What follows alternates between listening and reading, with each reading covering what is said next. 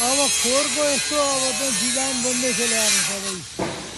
अब यो संरचनाको अन्तिम पुगिराखेको छ तपाईँको। अब यो भाग त करिब करिब अब यतातिरको पुरै हिजो अस्ति अपुरो देखाएको थिएँ मैले।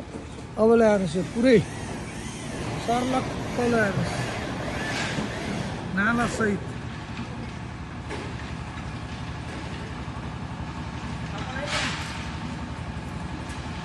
पुरै कम्प्लिट।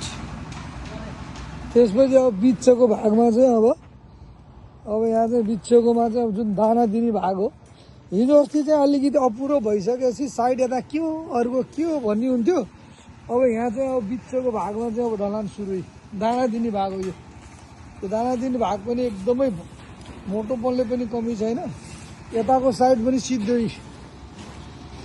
यताको साइड पनि सिद्धियो, उताको साइड पनि सिद्धियो। अब यो साइडमा भाइहरूले यहाँ काम गरिराखेको छ।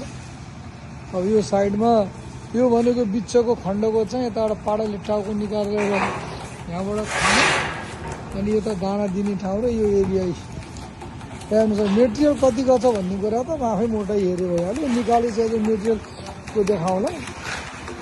त्यो के अरे सरकारी काम होइन दाइ, त्यो तपाईँको आफ्नो फर्म गयो भन्छन् भाइहरू। यत्रो माल गयो भनेर आत्तिँदाखेरि त्यसरी चाहिँ हाम्रो प्राविधिक भाइले के भन्छन्, कहाँ यो सरकारी काम हो र भन्छन् होइन। त्यसले गर्दाखेरि चाहिँ अब त्यो यसरी यतातिर पुरा पानी खाएर सोलिङ गरेर ढुङ्गा हालेर ल्याउनुहोस् यताको अर्को खण्डै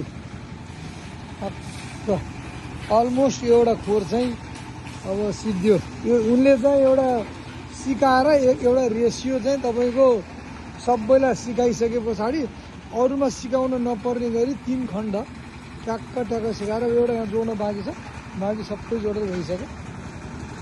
अनि अलमोस्ट चाहिँ यो चाहिँ अब सिद्धियो। यो सिद्धिने बित्तिकै अन्त कहीँ सिकाउनु पर्दैन भन्ने नै छ भाइको। काम गरिराखेका छन् सबै। अब अलिक सङ्ख्या थपेर अलिक ठुलो मात्रामा भइरहेको छ।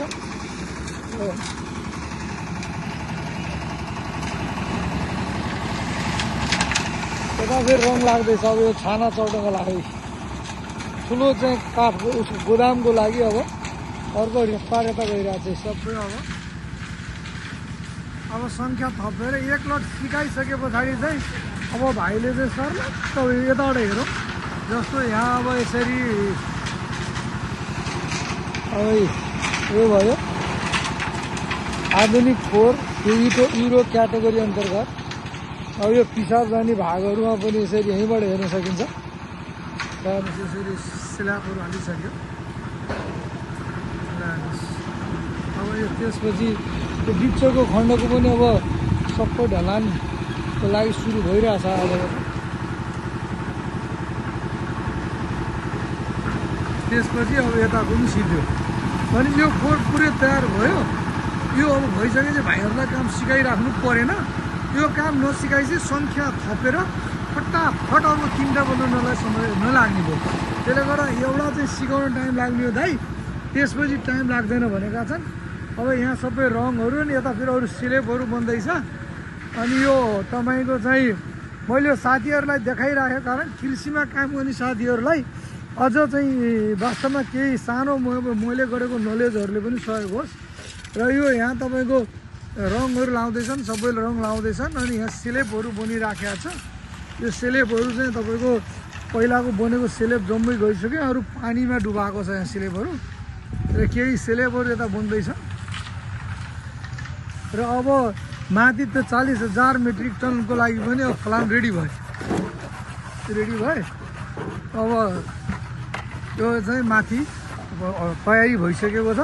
सायद भोलिबाट चलाउने भन्ने भनेका छन् भाइहरूले। ल्याउनुहोस् काम चलिराखेको छ। त्यसपछि अब जम्मै रङ लगाइसके पछाडि प्राइमर र रङहरू लाएर